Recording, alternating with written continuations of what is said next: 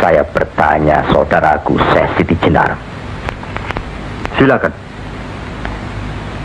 Kitab yang disebut terakhir tadi sangat berkesan dan berpengaruh dalam diri saudaraku. Pasti. Barangkali sudah menjadi darah dagingku. Kitab Al-Halab itu. Benarkah saudaraku mengaku pangeran sejati alias Sejatining Mulyo yang berarti Allah? Ya, betul. Bagus. Jelaslah sudah persoalannya. Saudara kita yang satu ini adalah Al-Halab Jawa, mengaku dirinya Allah. Dialog Sunan Kalijaga dengan saya Siti Jenar. Assalamualaikum warahmatullahi wabarakatuh. Bismillah, alhamdulillah, wa syukuri nikmatillah, la haula wa la quwata illa billahil aliyul azim. Syekh Siti Jenar dengan Al-Halad peranannya sama.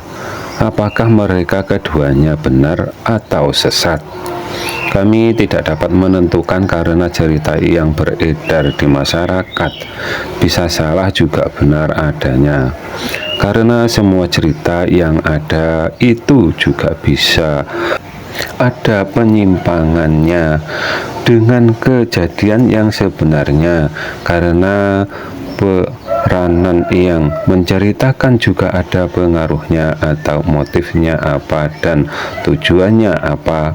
Karena kita tahu bangsa ini atau negeri ini yang bertempat di Nusantara ini berabad-abad dijajah oleh negara-negara yang bersifat mengadu domba. Tujuannya agar mudah dikendalikan, karena itu memang sudah tujuan negara penjajah agar mudah menguasai sumber kekayaan alam yang ada. Karena dengan adanya perpecahan yang diuntungkan para negara yang bersifat menjajah, apalagi setelah Perang Dunia Kedua, negara mau mencetak uang harus pinjam ke mereka dengan nominal angka, sedangkan negara yang berhutang harus membayar dengan produk ataupun juga dengan sumber alamnya. Mohon maaf malah ngelantur. Kembali ke pembahasan. Sunan Kalijaga dengan Syekh Siti Jenar itu satu guru mursyid seperti yang dikatakan Syekh Siti Jenar. Tidak ada Syekh Siti Jenar, yang ada hanya Allah, dan tidak ada Allah yang ada Syekh Siti Jenar.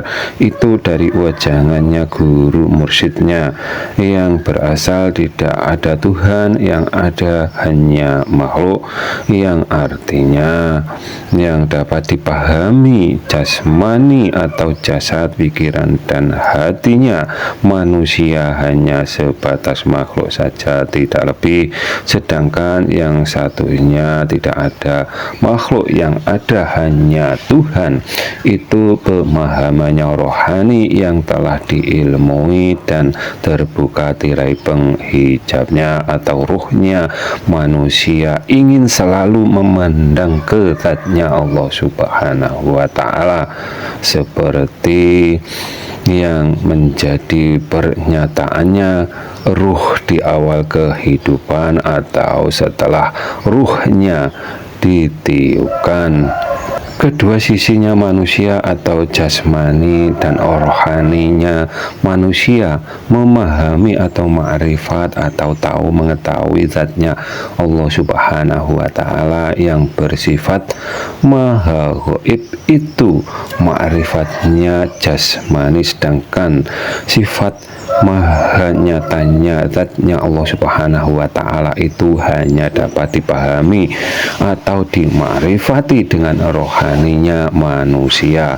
Sifat maha gaib dan maha nyata itu satu, dan disifat juga disebut Maha Satu. Satu bukan bilangan yang dapat dibagi, misalnya dibagi dua menjadi setengah, bila setengah dan setengah ditambah dan dijumlah menjadi satu. Tidak seperti itu sifatnya makhluk. Sifatnya, zatnya Allah Subhanahu wa Ta'ala itu satu hakiki, bukan seperti angka satu. Kata-kata yang dikatakan Syekh Siti Jenar itulah yang menjadi cikal bakal bendera negeri ini. Merah itu hati, putih itu jiwa. Syariat meliputi tarekat atau torekoh, itu ilmu amalan yang diamalkan jasad, pikiran, dan hati. Sedangkan jiwa itu yang dapat memahami atau makrifat ke zatnya Allah Subhanahu wa Ta'ala.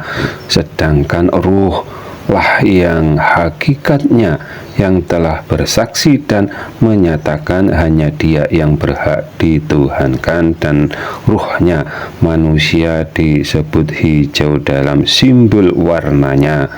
Hijau itu lambang kehidupan, hidupnya manusia karena ada ruhnya manusia. Syekh Siti Jenar dengan Al-Halat itu contoh yang gagal memahami zatnya Allah Subhanahu wa Ta'ala. Ini versi yang beredar di umat Islam, karena bila makhluk dapat menyatu dengan zatnya Allah Subhanahu wa Ta'ala berarti membatalkan sifat maha sucinya zatnya Allah Subhanahu wa Ta'ala dan sifat yang lainnya. Dan orang-orang yang demikian karena iman Islamnya dipahami dengan hati atau pikiran dan tidak paham dengan zatnya Allah Subhanahu wa Ta'ala yang sesungguhnya, dan zatnya masih disamakan dengan langit bumi beserta isinya atau salah satunya.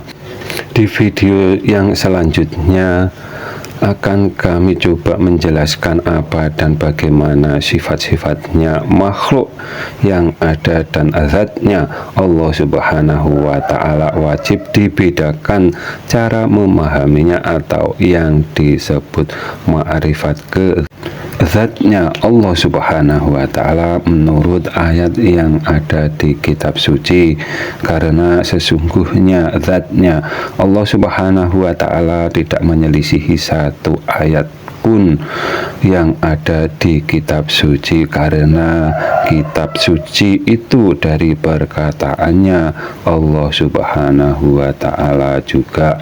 Apabila ada kata yang salah kami mohon maaf. Akhirus salam, wassalamualaikum warahmatullahi wabarakatuh.